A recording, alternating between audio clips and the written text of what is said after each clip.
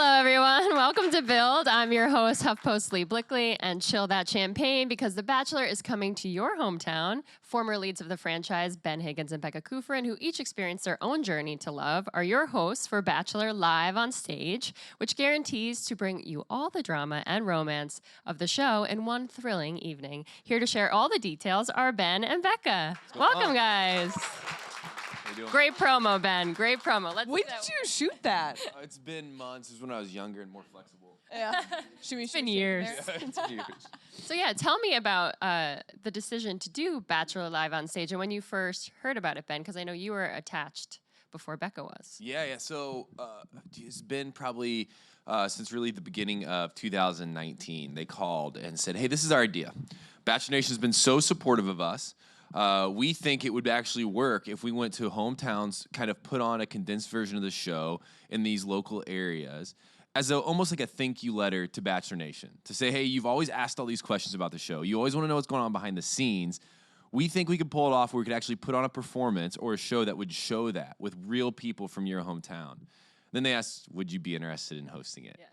First off, it was really awesome they asked me. Like, that's a huge deal to me, and I was really thankful for that. Second off, yes. Like, it's already such a part of my life. If we can figure out how to get in front of all these people across the U.S., of course I want to be a part of it. Yeah, because a lot of people have always campaigned if Chris Harrison ever left, right? It would be Ben Higgins to just slip into that role of host. Too big of shoes to fill. Yeah, I'm staying on stage. Yeah. So Becca, when did you get involved, and what were your thoughts on it? It's a cool concept. Yeah, they called me and I said, hey, I have nothing going on for the next couple months. Why not? No, so when they approached me, I, of course, already knew that Ben was hosting it, and my first question to them was, okay, do people have to get engaged after 2 hours? Because I don't know if I would be able to do it in that regard. But they pitched it, and there was just so much amazing creativity behind the show, and the way that they really wanted it displayed on stage to give back to the fans, to have that audience interaction when helping our local bachelors pick, hopefully a lady to do life with.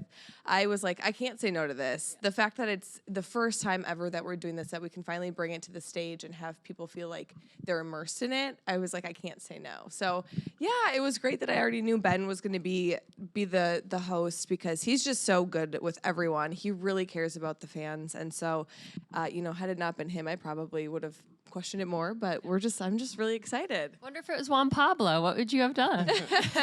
He's okay now.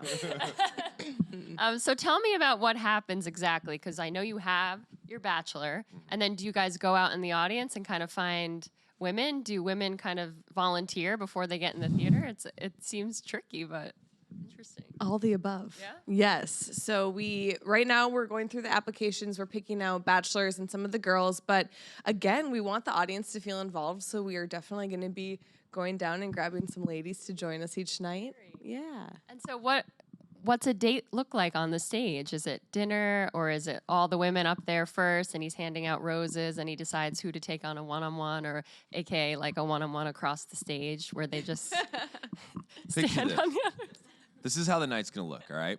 You're going to walk in to a theater, auditorium, wherever we're at, and it's going to feel like you're walking into a cocktail party. It's going to be fun. There's going to be red carpets. There's going to be champagne flowing. You're going to be all dressed up. You're going to walk into the theater, and I really do believe, we've seen the sets, we've practiced, it feels like you're walking into the mansion.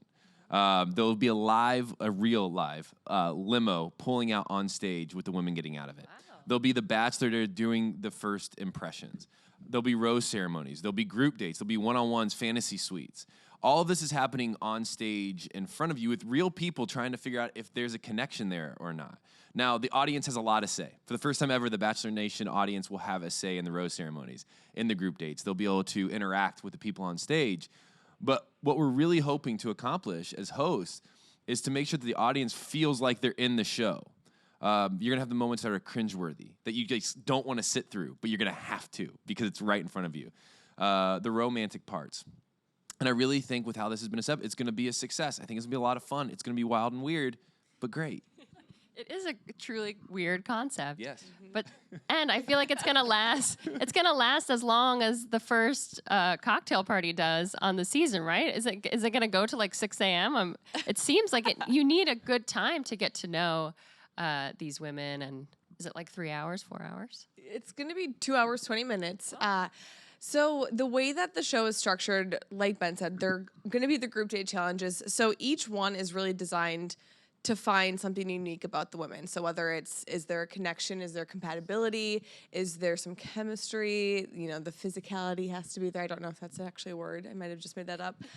But each group date is really designed for that. And so Ben and I, we're also going to be on stage, obviously, with the Bachelor and the women, kind of coaxing them along and inserting our personal experiences too. But what is so fun is we're hoping that these women and our Bachelor just feel comfortable, that they're just go with the flow, they want to have a good time, and that they really can show their personalities in that 2.5 hour span.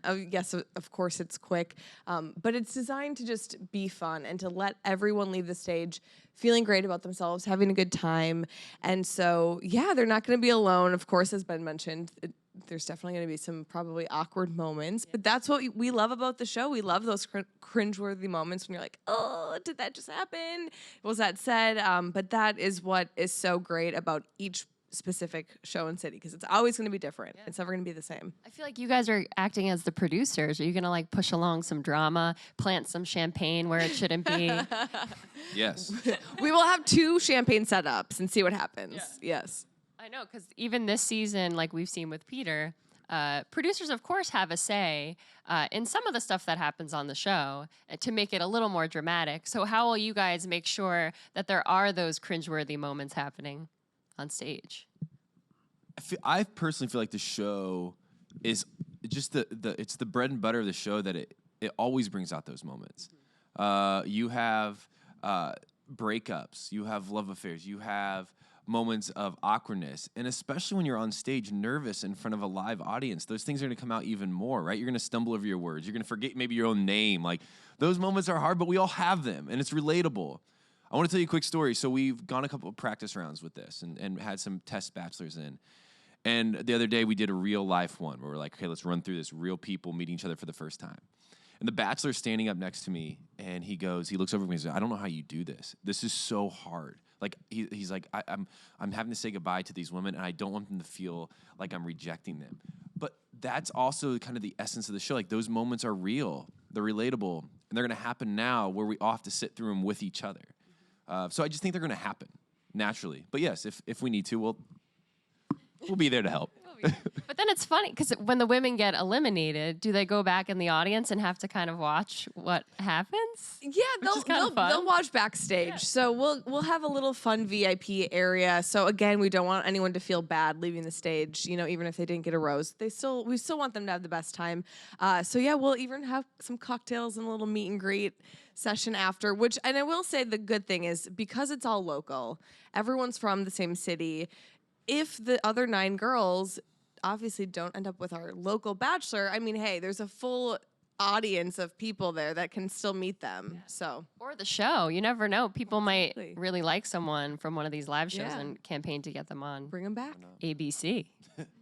Well, we have a big announcement to make, because we have a few of the bachelors that you guys have to talk about. Let's bring them up on screen. Have you guys met all these guys? Good-looking fellows, aren't they? Yeah, we have not met them in person, but we did go through some of the applications. I'm actually really excited. So we have Reggie, who is a former rapper from Modesto, which I'm very excited about the Modesto show, because some of my family will be in the audience. So that will be a good one. Fabrice in Mesa, which is the very first show that we're going to be doing on February 13th. He's actually a former Olympian. Olympic athlete, if you will. Ryan F. and then Ethan K. in Seattle. So this is just a sampling. We have other amazing men. We also have Connor from the show from Hannaby's season, who will be in LA. So yeah, we just have a mix of guys, and that's what's I'm so excited about, is this is the first time that it's going to be local, that everyone can still kind of get to know each other in the same area, and so it's going to be really exciting. Yeah. How many, did you guys get a ton of applications? Were you surprised by how many guys wanted to be the Bachelor? Applications for men is kind of weird. We've had more people nominate them. I think it's hard for guys to get that shove to do it. But I will say, once the guys say yes, they're all in, they're excited, they're ready to go. They're ready to meet 10 lovely, eligible women. So, who would say no to that? Yeah. And lastly, before we move on to, Peter's season and talking about your own experiences, why isn't there the Bachelorette? Why didn't we do the reverse on some of these live tours? Or will we see that maybe in the future? Definitely in the future. Yeah, so just like the show started with is The Bachelor. There was never not an intention to have The Bachelorette or to mix this up. Like, this is the first time. You have to start somewhere. Yeah. So we're starting with The Bachelor, just like the show did. If fans come out to watch, then we'll have The Bachelorette. Yeah, you never know. One night with a guy, the next night with a girl. We've been in this world I've been in this for 4.5 years now. I will tell you one thing. When it comes to applications, when it comes to the show itself, there's been very few things that I've seen that has had more excitement around it than this. Like, people are so pumped up. They're so excited. Like, this is something that now gets brought up in my everyday life again, is the show and the live show, and that we're coming to the cities near them. I'm pumped because I think it was just a great evolution for the show to now bring it to the hometowns of so many fans. Yeah. So let's talk a little bit about your journey post-show, both of you. But Ben, you said, 4.5 years. How has being a part of the show kind of changed your life? Because like you said, you're still in this world and you probably will be. Forever. Forever. You're stuck with him, people. It's changed my life in every way. I try to interact with the people that get off the show now. We have the podcast, and I was sitting in a basement in a cubicle. There's nothing wrong with that. Actually, my life was great. Yeah. But within 2 months, then I was walking into a mansion, and then 6 months later, I was the Bachelor. And my life has never been the same. It's only really been enhanced, though. I started a coffee company that is able to donate all of its profits back to organizations around the world because of the show and the platform that the show gave me. We launched it without a marketing budget because it was my social media. That never happens without the show. Sitting up here with you today doesn't happen without the show. I always joke, and I mean it. For whatever reason, I'm the same guy hopefully I was before, but because I went on a reality television show, now people want to listen to me. It's true. And I love that. Like, I get to actually have genuine conversations and talk to people where before maybe I wasn't heard. Yeah. So it's fun. Yeah, because that's the trend now, too, is once you go on the show, you actually are able to have a platform after, including the people who are just contestants, who some of them go on the show for the wrong reasons. Yeah. Does it make you nervous sometimes, though, for future leads to see the trajectory of where it's going? There's always going to be people there for love, but it's hard to trust everybody who goes on the show nowadays. Yeah, I mean, I think that's always been the case. I think it's just more prominent now because of social media and because of all the opportunities that Ben just touched on. The show does an amazing job of casting people that are there for the right reasons. I will say there's always going to be the bunch that, yes, like, they want to stir the pot, they want to cause the drama. We've seen that, this week in Peter's season with all the ladies, but there's still some genuine girls there that I think truly, all of the noise outside of this aside, truly are there for him, truly want to find a partner. And so it's just up to, we had to go through it as leads. Peter's now going through it as the lead. Tune out all of the craziness and just really focus on what you want as an individual and in a partnership. Yeah. And how has your experience been? Because you're still with Garrett. I'm still with Garrett. I know, Yeah, I got that's the ring. awesome. It's been amazing. We moved in together this past year. We have the cutest dog in the entire world. Did you get a corgi? We got a corgi. Finally. You guys can follow her on Instagram. It's Miss Minnow the corgi. So she's just amazing. Life is so good right now. Of course, it's going to be crazy for the next couple months because we're going to be living on tour buses. But luckily, Garrett is so supportive, so he'll be there alongside me. Minnow will be with us, so Ben can be on dog duty sometimes. Well, Garrett will make some appearances on Bachelor Live, maybe? Yeah, I'm trying to give him a little kick, nudge. He definitely will make some appearances. He's very reserved. And he's like, no, this is your thing. And I'm like, I still want you there with me though on stage. So he'll be at the Reno show because that's where he was living. He'll be at the Modesto show where his family will be. So yeah. And how has it been? Right after the show wraps, when you're a couple, it's hard for many different reasons, and then it kind of slow down, and you get to figure out where your relationship is. Have you found that it's grown even more since the show ended and all that you guys had to experience to get where you are? Yeah, I think the relationship, at least my relationship with Garrett, it bonds you in such a unique way that most relationships, I think, we had to go through a lot of stuff early on that a lot of relationships never have to deal with. And just even being in the public eye and having everyone have their say and their comments and their opinions on your partner and your relationship, it makes it difficult. It really makes you stronger. And I will say it helped us grow in a way that I never thought I would in any relationship. I had never had to deal with that. And now it's good because, I mean, now I live with him and I'm with him 24/7. And so now we're just like this old boring couple. But it really, it tests you, but in a good way. If you can withstand it, I think it made us stronger. Yeah. And I know, Ben, you had a different experience. You found love, but it might have not ended the way that you guys had planned. But you have a new relationship now and a wonderful girlfriend. So how has it been for you to kind of navigate, being happy, ending up engaged, breaking up, but then finding love again in your own way, not on the show? It's a wild roller coaster of emotion. I was just telling Becca actually earlier, it's the weirdest thing. You go on the show, you hope it works out, you think it does, and then it ends. Mm-hmm. And then you have people on the streets going, I'm Team Lauren, or I'm Team Ben, or they say things about it. You're like, this is a woman I love. Like, this is a woman I cared about. Like, this hurts. And then that sits with you for a while. It affects you. And I was able to meet the most wonderful human a year ago. I messaged her on Instagram. And she is the most supportive, loving, caring person. And now, like, it all makes sense. Now it's all so much easier to get through because she just stands by my side. Like, she just wants to see me thrive. And so, yeah, the show has had a huge part of my life. It's obviously still a part of my life. She is now a part of my life as well.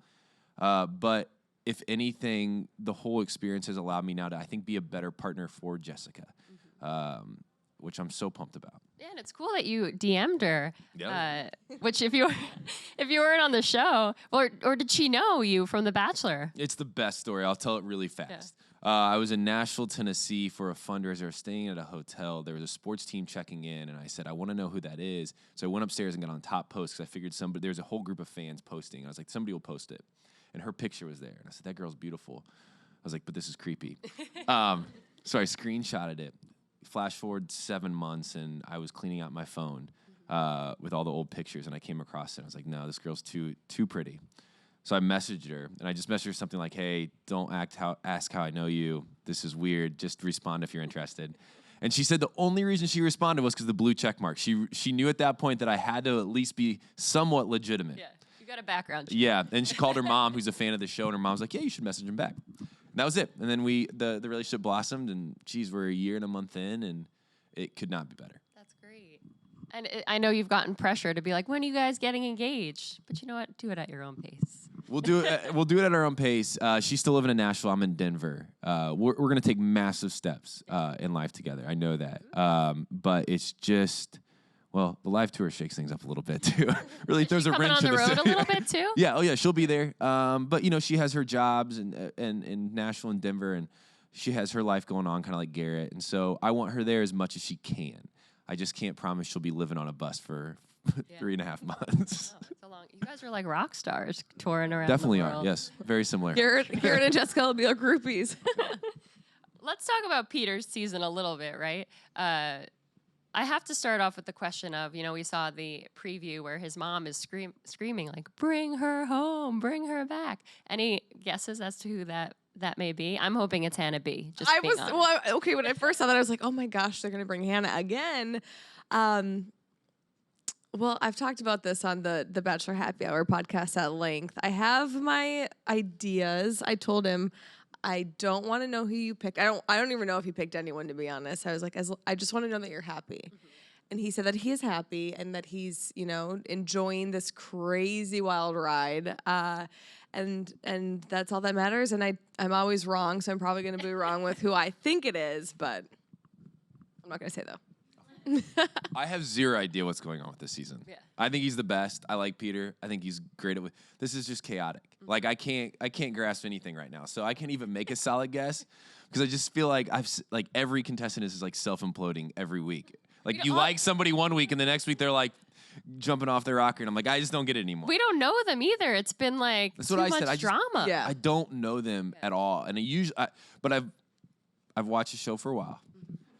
It feels like there's a little secret where week 5 we start to fall in love with some people. So I'm waiting for this week to see if it happens. If it doesn't, Well, everyone, we have to give credit to Ben because everyone was like, Peter's going to be the new Ben Higgins. It's going to be a Ben Higgins season. But I don't think it's ending up that way, to be honest. I don't know what that means. You were just very entertaining. You handled yourself well. You made choices. You might have fallen in love with 2 women, but it's okay. That You gave us a happens. fur. Yeah, give a guy a break. I think we like at this point, no offense to Peter, but it's like not even about Peter. It's just the girls. Yeah. I use the analogy. I feel like Peter's in a dodgeball game and he's just like in the middle of this gym and all of the girls are throwing balls and you don't know who's going to throw the ball, where it's coming from, like who's going to, it's just like coming at all angles right now. But wouldn't you have been mad if, you know, say you were on Ben's season and Ben voted off Alea and then he brought her back and then, you know, he has to deal with that fallout. It wasn't the best decision on his part. Wouldn't you have felt a little hurt by that moment? Oh yeah, yeah. And you know, it's such a weird world because you go on the show knowing, okay, I'm going to be one of 30,000 women that you just have to try and stand out somehow and try to form a connection. I think I did an okay job of kind of removing myself when it would get crazy and the girls would fight, and not allow myself to get in my head. But it's tough. I mean, it's hard this season because I think I've said it before, and I love Pete, and I really wish him the best. But he's just like condoning this bad behavior, and he needs to just put his foot down and stand by his decisions. So yes, I get the girls' anger, but again, you know, girls will slowly dwindle, and it will hopefully get a little bit easier. Also in that the name of the regard. game. It is, Yeah. you know. Ben, how do you feel about Pete's decisions? Do you think he needs to be more like, go with your gut, you know, eliminate some of these girls, move on? Because I feel like he's not getting the chance to really know them because of everything else that's kind of swirling around him. Well, first off, I need to talk about something. I might be a little evil, and I want to explain why and see if anybody can relate with me. So when there's drama going on in the house, or there's like fights, or somebody's drunk jumping in a pool in their underwear, I feel like I was always like trying to get up to watch it. Yeah. Like, wait, you're telling me this is everyone would do actually that. happening? Yeah. Like I want to be involved. And I think that has to almost like, and I say that just because I think that might be what's happening in the house right now. Is we don't get to see that people are actually like watching this being like, oh, this isn't scripted. Oh, this is real. This is wild. Like, how do I keep watching this madness ensue in front of me? Yeah. And then second, I think the mark of a good bachelor, bachelorette has always been how they deal with conflict. A show can make somebody likable. You just, you watch them from a distance, you fantasize who they are and all those things.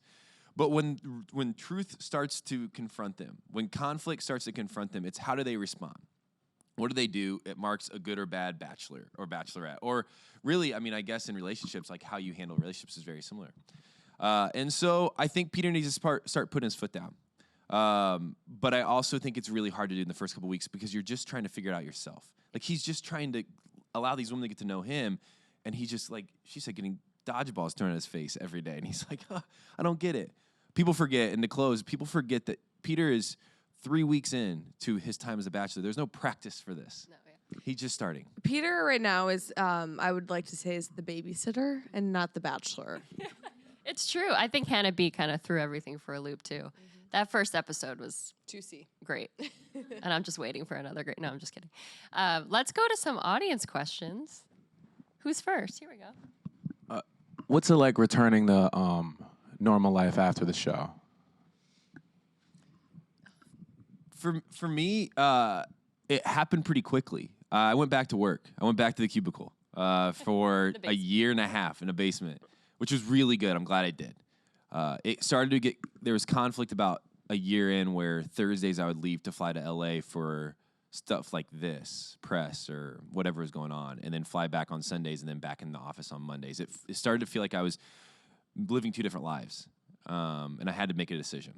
But for me, that was a good step for me. It was just go back to the cubicle for a year just to try to get back into a rhythm again and get health insurance. You need that help. Those benefits. Yeah, it's definitely strange. It's probably the weirdest adjustment in my life that I've ever lived through.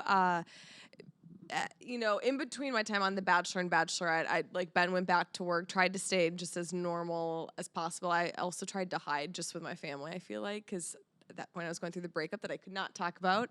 But coming off of The Bachelorette and being with Garrett in this new relationship, it was so strange because he was living across the country. I was in Minnesota, and we were trying to now form this new life together with all eyes on us and trying to figure out, okay, where we want to live, what do we want to do for work, like all these things. So it was a lot of change in really every aspect of our lives. And we just kind of had to make it our own, which is why we packed up and we're like, we're going to go to California, I guess. And so, yeah, Garrett was really good. Garrett's just such a go with the flow, supportive guy. So he made things, I think, 10 times easier. That's great. We have time for one more. If you could give advice to Peter and the women on the show right now, what would you guys tell them?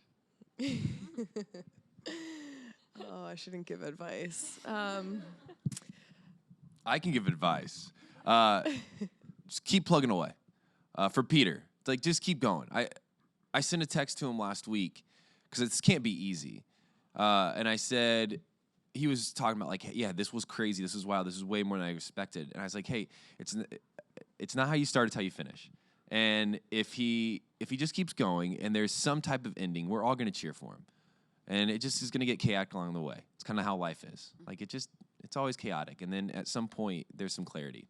For the women, take a step back. Like, take a breath. Enjoy this. You're going to start traveling the world. Like, stop fighting. It's not worth it. I'll end with this. It still blows my mind every year for 20-some seasons that you can watch it season after season after season and be like, that's the chaotic one, the villain, the one that can't get it right, the one that's always... Yet every year, there's somebody that fills that role again. I don't get it. I don't know how it happens. I don't know how they get in it, but they do. And so just be like, take a step back and enjoy this. It's going to be okay.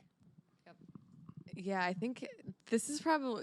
Ben gives great advice. This is why I say I probably shouldn't give advice, because at this point, Peter is there to hopefully find love, to find a partner, and there's so much drama going on that... I'm going to probably get a lot of flack for saying this. Good. Cut the fat. Like, just cut the fat. Like, if there's drama and you're questioning people at this point that much... you're going to always question them. And so just kind of get rid of that. Keep the girls that you know are there for you, that want to get to know you, that want to have deep conversations and not talking about another girl. So that's what I would say. At this point, ask me in a week or two, it hopefully is different. Let's hope it changes. It is probably, though, the most dramatic season of The Bachelor.